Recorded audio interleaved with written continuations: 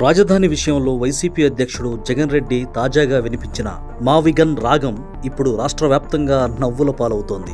అమరావతికి బదులుగా విజయవాడ, మచిలీపట్నం, గుంటూరు ప్రాంతాలను కలిపి రాజధాని చేయాలని, దానికి మావిగన్ అని పేరు పెట్టాలని ఆయన చేసిన ప్రతిపాదన చూస్తుంటే ఆయనకు రాజధాని అంటే ఒక నగరాన్ని నిర్మించడం కాదు, ఏదో అక్షరాల ఆట ఆడుకోవడం అని భ్రమపడుతున్నట్టు కనిపిస్తోంది.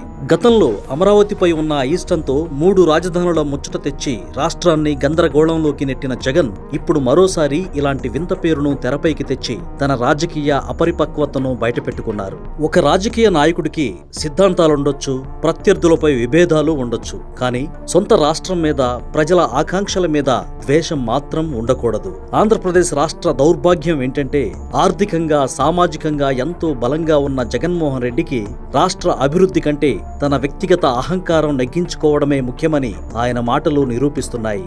5 ఏళ్ల పాటు 3 రాజధానుల పేరుతో కాలయాపన చేసి రాష్ట్రాన్ని అంధకారంలోకి నెట్టిన ఆయన ఇప్పుడు ప్రతిపక్షంలో ఉండి కూడా అమరావతిపై తనకున్న అక్కసును ఏమాత్రం దాచుకోలేకపోతున్నారు. జగన్ రెడ్డి ప్రెస్ మీట్ పెట్టారంటే చాలు, సీరియస్ రాజకీయాల కంటే సోషల్ మీడియాలో ట్రోల్స్ కి సరిపడా కంటెంట్ ఎక్కువగా దొరుకుతుంది. మచిలీపట్నంలో మా, విజయవాడలో వి, గుంటూరులో గన్, ఇలా అక్షరాలను పేర్చి తన పేరు జగన్ లేదా తనకిష్టమైన గన్ గుర్తుకొచ్చేలా పేరు పెట్టాలని సూచించడం ఆయన రాజకీయ అమాయకత్వానికి అద్దం పడుతోంది. 110 కిలోమీటర్ల హైవేని రాజధానిగా ప్రకటించమనడం వింటుంటే అక్కడ ఉన్న మీడియా ప్రతినిధులకే కాదు, లైవ్ లో చూస్తున్న సామాన్య ప్రజలకు కూడా తాము కరెక్ట్ గానే వింటున్నామా అన్న అనుమానం కలిగింది. పార్లమెంటులో అమరావతికి చట్టబద్ధత వచ్చి పనులు వేగంగా జరుగుతుంటే జగన్ మాత్రం తన పాత పంతాన్ని అస్సలు వదలడం లేదు.